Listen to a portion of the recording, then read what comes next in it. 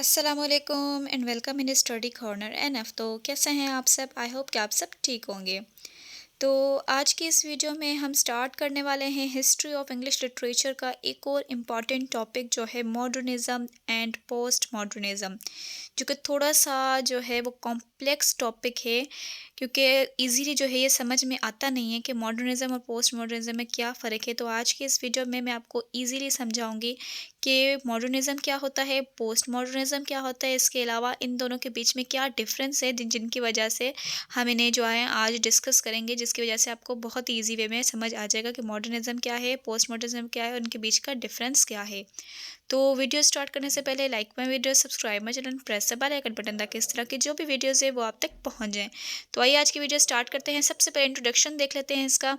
Modernism and postmodernism are two different movements that exhibit specific differences between them. अब modernism post modernism जो है वो एक नहीं बल्कि दो डिफरेंट मूवमेंट्स हैं। ठीक है, मूवमेंट्स हैं ये, जिनके अंदर अपनी डिफरेंट डिफरेंस जो हैं चीज़ें हैं, जिनके बिना पे हम इन्हें जो है वो डिफ्रेंशिएट करेंगे। Each one is based on changes in cultural and social behaviour around the world. Also they start in the distant period beginning from the 19th and 20th century. अगर हम बात करें इन दोनों की, मॉडर्निज्म एंड पोस्ट मॉडर्निज्म की, तो इन दोनों के बीच में जो हम कहते हैं कि इन दोनों के जो चेंजेस हैं ना, कि इन दोनों में किस तरीके से चेंजेस आती हैं, इनमें क्या चेंजेस हैं, तो वो सब बेस करती हैं इनके कल्चरल और सोशल बिहेवियर पर। उस टाइम जो वहाँ पर जो दुनिया के अंदर जो भी सोशली, जो भी कल्चरली, जो बिहेवियर्स में चेंजेस आ रही थी, उनके ऊपर जो है ये दोनों मूवमेंट जो हैं वो बेस करती हैं। इनकी अगर हम स्टार्टिंग की बात करें तो इनकी स्टार्टिंग जो है ये होती है 19th सेंचुरी से टिल 20th सेंचुरी तक। ये दोनों मूवमेंट जो हैं, अगर हम कहें कि ये किस तरह आई थी, तो as a result of thinking pattern of society. उस टाइम जो लोग थे जिनमें अवेयरनेस बढ़ गई थी, जिनमें थिंकिंग पैटर्न आ गया था, उनकी थिंकिंग पैटर्न की वजह से ये जो है सोसाइटी के अंदर जो उनका थिंकिंग पैटर्न था, उनकी वजह से उनके रिज़ल्ट में जो है ये मूवमेंट जो है वो स्टार्ट की गई। आपको यहाँ पर बताती चलूँ कि मॉडर्निज़्म से पहले की जो मूवमेंट थी वो थी विक्टोरियन एज। विक्टोरियन एज जो थी वो आई थी रोमांटिसिज्म के रिएक्शन में। रोमांटिसिज्म को ख़त्म करने के लिए विक्टोरियन एज आई थी। अब जो मॉडर्निज़्म आई है, ये आई है विक्टोरियन एज को ख़त्म करने के लिए, बल्कि विक्टोरियन एज के साथ साथ जो ट्रेडिशनली जो भी चीज़ें हैं उनको ख़त्म करने के लिए जो है ये एज जो है वो आई है, मतलब उनके रिएक्शन में आई है। मतलब विक्टोरियन और जो ट्रेडिशनल मूवमेंट्स हैं, जो ट्रेडिशनल जो भी चीज़ें हैं, उनके रिज़ल्ट में, उनके अगेंस्ट जो है ये मूवमेंट जो है आई है। अब इनको दोनों को डिस्कस कर लेते हैं कि मॉडर्निज़्म क्या है, पोस्ट मॉडर्निज़्म क्या है। सबसे पहले हम देखते हैं मॉडर्निज़्म के ऊपर से हम टॉपिक को देखते हैं। बात करें मॉडर्निज़्म की, तो मॉडर्निज़्म वर्ड जो है, मॉडर्निज़्म मतलब मॉडर्निटी, चीज़ों के अंदर न्यू फैशन का आना, ट्रेडिशंस को जो है वो पीछे छोड़कर, उनसे जो है अपना जो है रिलेशन तोड़कर जो है वो न्यू चीज़ों पर फोकस करना। अगर मैं बात करूं अपनी एवरीडे लैंग्वेज के बारे में, एवरीडे इवेंट्स के बारे में, तो जिस तरह हम जो हैं, जिस तरह हमारी नानी दादी हैं जो कि 1980s के हैं और 70s के, उनके दौर की जो चीज़ें थी, जो कपड़े थे, ट्रेडिशंस थी, जो हम आज के दौर के 2023 में जो आज जो कल्चर चल रहा है वो उनसे बिल्कुल चेंज है।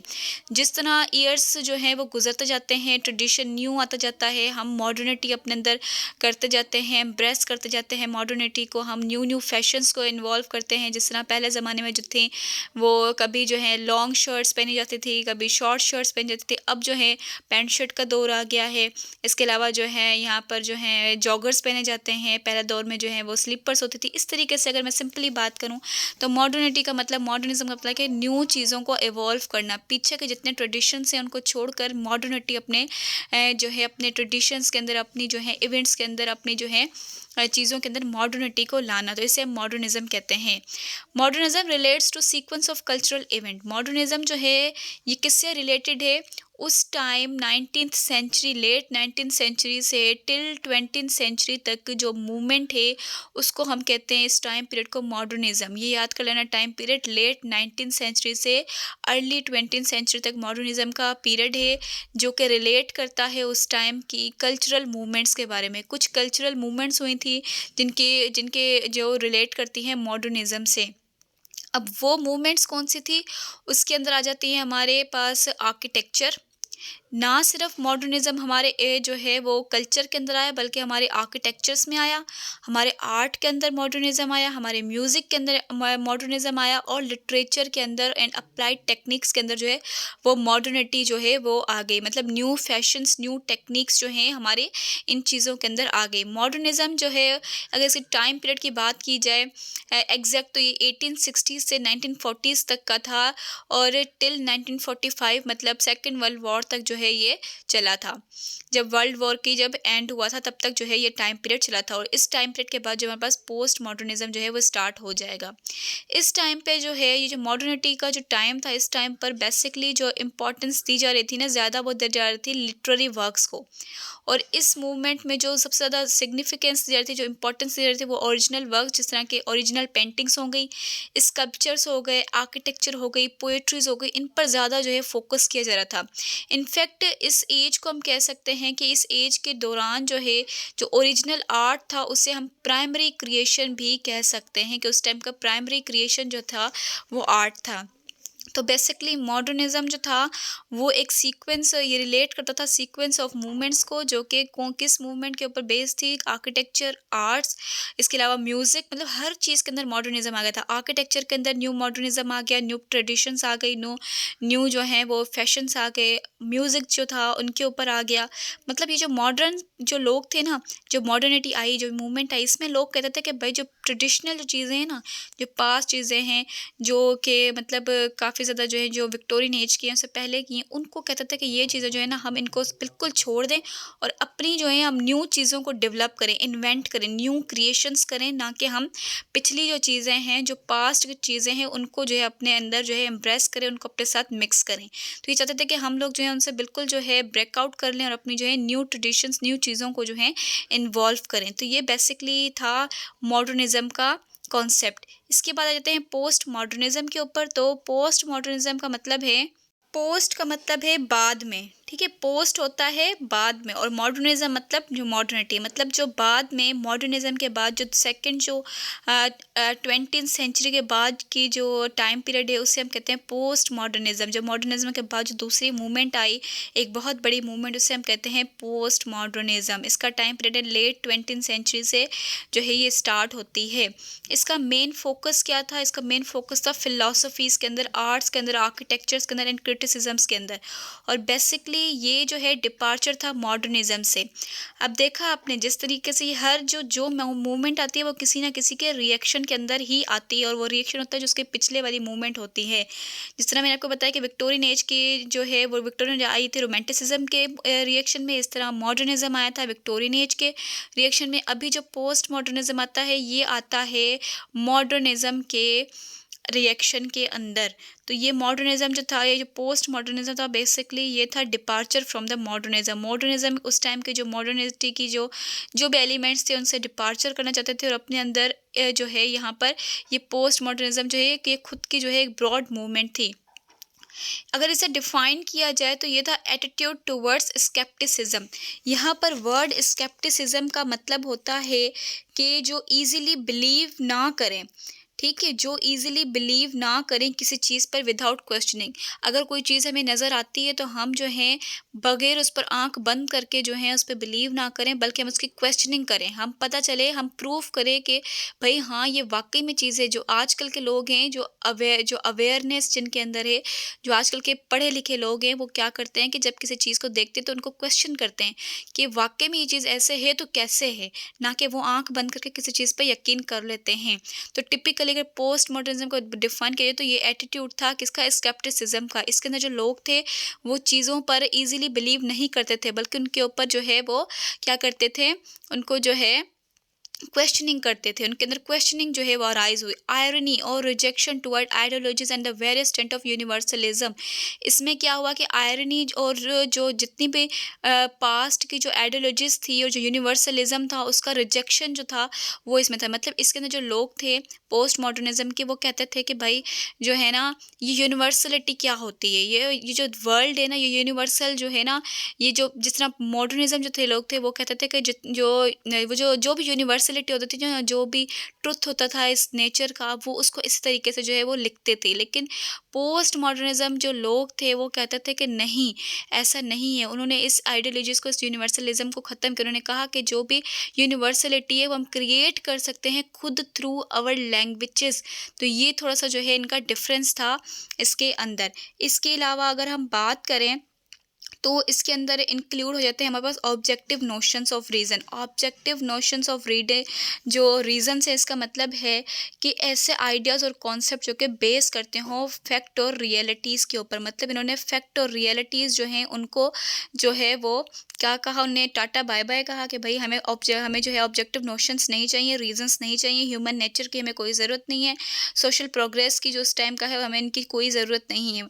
इसके अलावा जो है ये मूवमेंट जो है ये हम कह सकते हैं कि स्कूल ऑफ थॉट से एसोसिएटेड करती है, जिस तरह जिस डीकंस्ट्रक्शन एंड पोस्ट स्ट्रक्चरलिज्म के जो थॉट्स हैं इनको जो है ये इससे एसोसिएट करती है, इससे जो है रिलेट करती है। तो ये जो मैंने बात की, अब ये जो पोस्ट मॉडर्निज्म लोग थे ना, ये कहते थे कि भाई हमें जो है ना वो हम ना अपनी चीज़ों को इस तरीके से एम्बिग्विटी के साथ अनक्लियर दिखाएं, इस तरह फ़नी दिखाएं, थोड़ा सा जो है डेकोरेटिव करके दिखाएं, और ये जो क्लियर चीज़ें जो है नहीं दिखाना चाहते थे, यूनिवर्सलिटी नहीं दिखाना चाहते थे। ये कहते थे कि हम अपनी चीज़ों को अपने तरीके से दिखाएं और जो है हम उन्हें इस तरीके से शो करें कि जो जिसमें जो है बिल्कुल भी मॉडर्निटी का एलिमेंट बाकी ना रहे।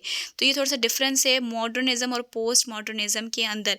अब ये तो आपको थोड़ा सा यहाँ पे जो है वो कन्फ्यूजन हो रही होगी, कुछ बातें समझ नहीं आ रही होगी। नेक्स्ट जो है मैं आपको समझाती हूँ इसके बिल्कुल जो है इनको डिफरेंस करके कि इन दोनों के बीच में डिफरेंस क्या है हर एक इवेंट के साथ। तो आइए चलते हैं आगे। सबसे पहले हम बात करते हैं हिस्टोरिकली इनमें क्या डिफरेंस है। हिस्टोरिकली अगर हम बात करें तो मॉडर्निज्म जो है इसका टाइम पीरियड हिस्टोरिकली जो है इमर्ज होता है in the late 19th century till early 20th century तक, जिसको टाइम पीरियड रफली अगर हम देखें तो 1890 से 1940s तक का इसका टाइम पीरियड है। वहीं पर अगर हम पोस्ट मॉडर्निज्म को देखते हैं तो पोस्ट मॉडर्निज्म जो है वो आता है मिड 20th सेंचुरी के बाद। मतलब जिस तरीके से अर्ली 20th सेंचुरी में मॉडर्निज्म ख़त्म होता है तो उसके मिड से ही जो है वो शुरू हो जाता है पोस्ट मॉडर्निज्म, जिसकी डेट है अराउंड 1950 से and continue till into the late 20th century तक ये जाता है। मतलब मिड से शुरू होता है और एंड तक जो है पोस्ट मॉडर्निज्म जाता है। मॉडर्निज्म की बात करें तो it was a response to the rapid social political and technological changes of the time such as industrialisation and urbanisation. अगर हम बात करें मॉडर्निज्म की तो मॉडर्निज्म जो है ये किसके रेस्पॉन्स में आया, उस वक्त जो विक्टोरियन एज में जो इंडस्ट्रियलाइजेशन अर्बनाइजेशन जो शुरू हो चुकी थी, लोग जो हैं देहातों से उठकर जो है शहर में आ रहे थे, इंडस्ट्रियलाइजेशन बढ़ गई थी। तो उस टाइम पीरियड में क्या था कि जितनी rapidly social political technological changes हो रही थी उसके रेस्पॉन्स में मॉडर्निज्म जो है वो इमर्ज हुआ, उनको देखते हुए जो मॉडर्निज्म इमर्ज हुआ। वहीं पर अगर हम बात करते हैं पोस्ट मॉडर्निज्म की तो it was a reaction to perceived failures and limitation of modernism particularly addressing social cultural complexities. अगर हम बात करते हैं पोस्ट मॉडर्निज्म की तो पोस्ट मॉडर्निज्म जो है वो किसके अगेंस्ट आया, जो भी मॉडर्निज्म में जो लिमिटेशंस थी, जो फेल्यूर्स थे उस टाइम के, उनके रिएक्शन में पोस्ट मॉडर्निज्म जो है वो इमर्ज हुआ। पर्टिकुलरली अगर हम इसे कहें तो ये एड्रेस करता है सोशल एंड कल्चरल कॉम्प्लेक्सिटीज़ को। मॉडर्निज्म दौर में जो सोशल और कल्चरल कॉम्प्लेक्सिटीज़ थी उनको एड्रेस करती है पोस्ट मॉडर्निज्म। तो बेसिकली जो है पोस्ट मॉडर्निज्म जो था वो रिएक्शन था, रेस्पॉन्स था अगेंस्ट द मॉडर्निज्म। तो ये था इसका हिस्टोरिकल कॉन्टेक्स्ट। नेक्स्ट देख लेते हैं इसका रिजेक्शन ऑफ ग्रैंड नरेटिव्स।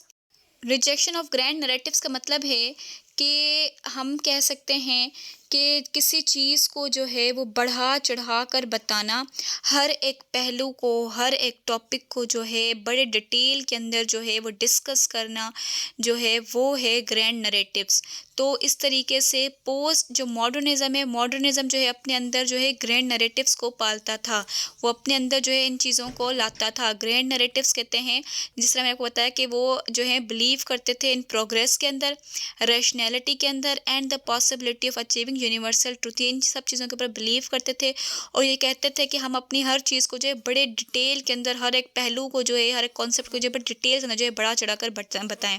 इनका एम क्या होता था? Basically purity, simplicity and clarity in art literature and design. ये कहते थे कि हम अपनी चीज़ों को इतना डिटेल में बताएं कि लोगों को सिंपली जो है वो समझ आए, प्योरली जो है उनको समझ आए और हमारी हर चीज़ इतनी क्लियर हो, इतनी डिटेल में हो कि हर चीज़ के अंदर जो है वो क्लैरिटी नज़र आए, उनके डिज़ाइन के अंदर, उनके लिटरेचर के अंदर। वहीं पर अगर हम बात करते हैं पोस्ट मॉडर्निज्म की, तो पोस्ट मॉडर्निज्म जो है वो रिजेक्ट करता है ग्रैंड नरेटिव्स को and the ideas of single objective truth. यहाँ पर पोस्ट मॉडर्निज्म कहता है कि हमें जो है वो सिंगल ऑब्जेक्टिव ट्रुथ का जो आइडिया है वो हमें नहीं चाहिए, हमें ग्रैंड नरेटिव्स नहीं चाहिए, बल्कि ये अपने अंदर जो है एम्बिग्विटी लाता था। एम्बिग्विटी मतलब अपने लिटरेचर, अपने वर्क्स के अंदर जो है लिटिल बिट अनक्लियरिटी लेके आता था, हमारे जो वर्क्स हैं वो अनक्लियर हों।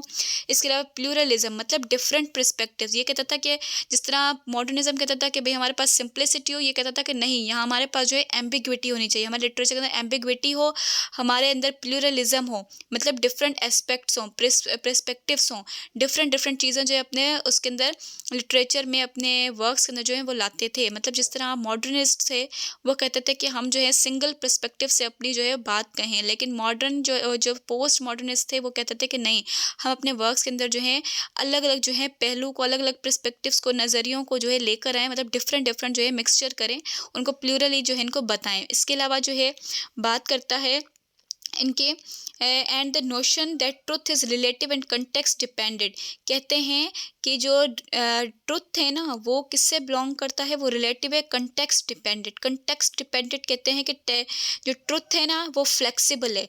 ट्रुथ जो है वो बेस करता है डिफरेंट कॉन्टेक्स्ट पर। जो ट्रुथ है ना वो चेंज होता रहता है, ये डिपेंड करता है हमारी सिचुएशन पर। जिस तरह हमारी सिचुएशन होगी, हमारा ट्रुथ जो है इसके ऊपर डिपेंड करता है और वो चेंज होता रहता है। लेकिन जो मॉडर्निस्ट थे वो कहते थे नहीं, जो ट्रुथ है वो यूनिवर्सल है, वो कभी चेंज नहीं होता। तो इनके बीच में ये जो था थोड़ा इनका डिफरेंस था, रिजेक्शन ऑफ ग्रैंड नरेटिव्स का। और ये जो पोस्ट मॉडर्निस्ट थे इनके ऑफनली जो वर्क्स होते थे वो मल्टीपल पर्सपेक्टिव्स के ऊपर जो है वो डिपेंड करते थे। तो ये थोड़ा सा इनका जो है रिजेक्शन ऑफ ग्रैंड नरेटिव्स है। थर्ड एलिमेंट पे चलते हैं, स्टाइल एंड एस्थेटिक्स। इसका मतलब है कि मॉडर्निस्ट और पोस्ट मॉडर्निस्ट में स्टाइल को लेकर, एस्थेटिक्स को लेकर क्या जो है वो डिफरेंस थे। अब अगर मॉडर्निस्ट आर्ट और लिटरेचर की बात की जाए तो ये फेवर करते थे एब्स्ट्रैक्शंस को, इसके अलावा मिनिमलिज्म को एंड फॉर्मल एक्सपेरिमेंटेशंस को।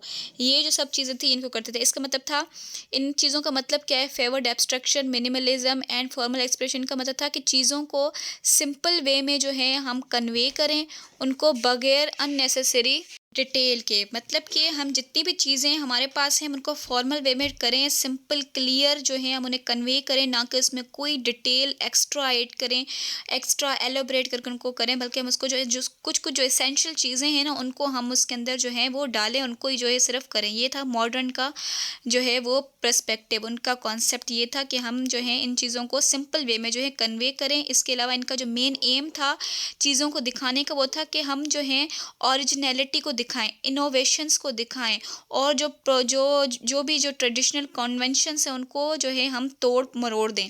इसके अलावा अगर हम बात करें पोस्ट मॉडर्निज्म की, तो उनका लिटरेचर जो था वो फ्रीक्वेंटली किस पर डिपेंड करता था? वो डिपेंड करता था पेस्टेज पर, पैरोडी पर एंड आयरनी पर। इनका मतलब क्या है कि ये चाहते थे कि हम चीज़ों को बिल्कुल भी सिंपल ना दिखाएं, बल्कि हम उसको जो है बड़ा जो है स्टाइलिश करके दिखाएं, और जो ट्रेडिशनल चीज़ें थी ना, जो ट्रेडिशनली चीज़ें थी उनको जो है अपने अंदर जो है उनको लेकर आएँ, उनको मिक्सअप करें, चीज़ों को 2 से 3 चीज़ों को मिक्सअप करके, स्टाइल्स को, सोर्सेज को जो है उनको मिक्स करके जो है एक नई चीज़ ब्लेंड करके उनको एक नई चीज़ बना लें।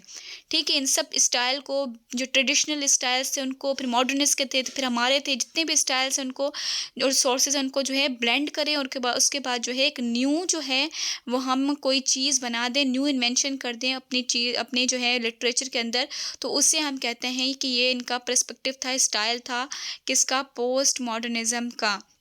तो सिंपली अगर हम बात करें इनके स्टाइल की, तो वो जो मॉडर्निज्म थे, वो मॉडर्निस्ट थे, वो कहते थे कि हम जो है वो सिर्फ और सिर्फ जो है नेसेसरी चीज़ को दिखाएं, और ये कहते थे कि नहीं, हम जो है चीज़ों का जो है वो तोड़ मरोड़ करके, चीज़ों को उनको ब्लेंड करके और एक नई चीज़ इन्वेंट करके अपनी जो है चीज़ों में जो है वो अप्लाई करें। तो ये इनका जो है स्टाइल का था। नेक्स्ट अगर हम बात करें तो एटीट्यूड टूवर्ड्स ट्रेडिशंस। इसका बेसिकली मतलब है कि ट्रेडिशंस के अकॉर्डिंग उसके टुवर्ड्स क्या जो है रिएक्शन था मॉडर्निज्म का और पोस्ट मॉडर्निज्म का। अगर मॉडर्निज्म की बात करें तो मॉडर्निज्म जो थे वो तो आपको पता ही है कि वो तो ट्रेडिशनल को बिल्कुल भी पसंद नहीं करते थे, वो उनको तोड़ना चाहते थे और अपनी जो है न्यू रूल्स न्यू चीज़ें जो है वो इस्टेब्लिश करना चाहते थे अपने न्यू फॉर्म्स एक्सप्रेशन को। उनका एम क्या था कि पास्ट की चीज़ों जो है इनको बिल्कुल ख़त्म कर दें और अपनी जो है न्यू जो है कुछ नया ही बिल्कुल इंटायरली न्यू जो है वो क्रिएट करें। लेकिन पोस्ट मॉडर्निज्म ये नहीं करता था। पोस्ट मॉडर्निज्म कहता था कि नहीं, हमें जो है हम जो है वो पास्ट की चीज़ों को भी अपने अंदर लेकर आएँ और जो है उनको अपने साथ मिक्सअप करें, मिक्सअप करके जो है कोई न्यू चीज़ जो है वो बना दें। ठीक है, तो इससे हम कहते हैं कि पोस्ट मॉडर्निज्म। इसका मतलब है री इंटरप्रेटिंग मतलब कि किसी चीज़ को, कोई जो पास्ट की चीज़ है उससे हम एक नया और फ्रेश अंडरस्टैंडिंग ने नए पर्सपेक्टिव देख के उन्हें जो है वो उस कॉन्सेप्ट को जो है नए तरीके से, ताज़ा तरीके से उन्हें बताएं। और रीएप्रोप्रिएटिव का मतलब है कि किसी चीज़ को जो ऑलरेडी एग्जिस्ट करती है उस चीज़ को नया जो है पर्सपेक्टिव दें। तो बेसिकली इसका मतलब क्या हुआ कि पोस्ट मॉडर्निस्ट जो थे वो कहते थे कि जो ट्रेडिशनल चीज़ें हैं उनको अपने पास लेके आएँ और उन्हीं चीज़ों को जो है एक नई पर्सपेक्टिव देख के उनको ही जो है पॉलिश करके जो है हम अपना जो है न्यू जो है उनको मीनिंग दे के अपने अंदर जो है वो शामिल करें। तो ये बेसिकली पोस्ट मॉडर्निज्म का मतलब था। It question the ideas of linear historical progression, value and recycling of the cultural references. का मतलब है कि वो अपनी जो न्यू चीज़, जो पिछली चीज़ें थी ट्रेडिशनल, उनको जो है लाते थे अपने अंदर और रिसाइकलिंग उसकी करते थे और फिर उसको ऐड करते थे। नेक्स्ट अगर बात करें तो सब्जेक्टिविटी ऑब्जेक्टिविटी। सब्जेक्टिविटी का मतलब क्या होता है और ऑब्जेक्टिविटी का मतलब क्या होता है? ऑब्जेक्टिविटी होती है कि भाई जो भी चीज़ें हैं उनको जो है हम एज इट ऐसे ही दिखाएं। कि सब्जेक्टिविटी का मतलब है कि हम उसे जो है न्यू करके दिखाएं। जिस तरह अगर मॉडर्निज्म की बात करें तो मॉडर्निस्ट वर्क जो थे वो किससे, ऑब्जेक्टिविटी और यूनिवर्सलिटी से बिलोंग करते थे। मतलब मॉडर्निज्म का मेन एम क्या था कि जो चीज़ें जैसी हैं उनको वैसे ही दिखाएं, उनको वैसे ही डिपिक्ट करें, ना कि उसमें कोई नई चेंजेस या कोई फॉल्स जो है वो चीज़ें उसमें ऐड करें। इनका ये मतलब था। लेकिन अगर पोस्ट मॉडर्निज्म की बात की जाए तो पोस्ट मॉडर्निज्म जो है वो सब्जेक्टिविटी पर डिपेंड करते थे। वो कहते थे कि आइडियाज़ और जो रियलिटी है वो हम क्रिएट कर सकते हैं, रिकंस्ट्रक्ट कर सकते हैं through our languages, through our culture and through our individual perspectives. तो ये बिल्कुल भी ऑब्जेक्टिविटी पर डिपेंड नहीं करते थे। जो पोस्ट मॉडर्निस्ट थे वो सब्जेक्टिविटी पर डिपेंड करते थे। It celebrate the artistics and the viewers role in creating meaning. ये बिल्कुल जो है आर्टिस्ट और व्यूअर्स का जो रोल होता था उसको, उस पर जो है उनको जो है ज़्यादा इम्पोर्टेंस देते थे और जो है ये चाहते थे कि हम जो है चीज़ों को जो है वो न्यू जो है खुद कंस्ट्रक्ट करें, ना कि उनको वैसे ही दिखाएं जैसे वो हैं। तो लास्ट जो है इसका एलिमेंट है वो है पॉलिटिकल एंड सोशल इंगेजमेंट। बात करें अगर मॉडर्निज़्म की, तो मॉडर्निज़्म जो थे वो किससे बिलोंग करते थे? वो अपनी चीज़ों में जो है पॉलिटिकल और सोशल इश्यूज़ के, उस टाइम के जो पॉलिटिकल और सोशल इश्यूज़ हैं वो अपनी चीज़ों में दिखाते थे। ठीक है, लेकिन अगर हम बात करते हैं पोस्ट मॉडर्निज़्म की तो वो बिल्कुल भी पॉलिटिकल और क्रिटिकल चीज़ों को नहीं शो करते थे। इसके बजाय जो है वो एक्सप्लोर करते थे कि उस दौर में एक इंडिविजुअल की क्या आइडेंटिटी है, उसके क्या इश्यूज़ हैं, रेस के बारे में किस तरीके की जो है वो रेसेस चल रही हैं, जेंडर्स के ऊपर बात की जाती थी और क्लास सिस्टम के ऊपर जो है वो बात ज़्यादा से ज़्यादा की जाती थी अपने लिटरेचर के अंदर। और जो मॉडर्निस्ट थे वो अपने लिटरेचर के अंदर जो है पॉलिटिकल और सोशल इश्यूज़ के बारे में बात करते थे।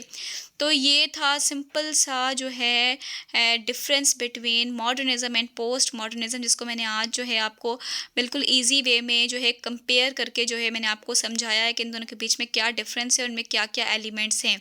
तो आई होप आपको आज का ये लेक्चर इजीली वे में समझ आ गया होगा। If you have any query regarding this lecture you can comment in comment section box. Thank you so much. अल्लाह हाफिज़।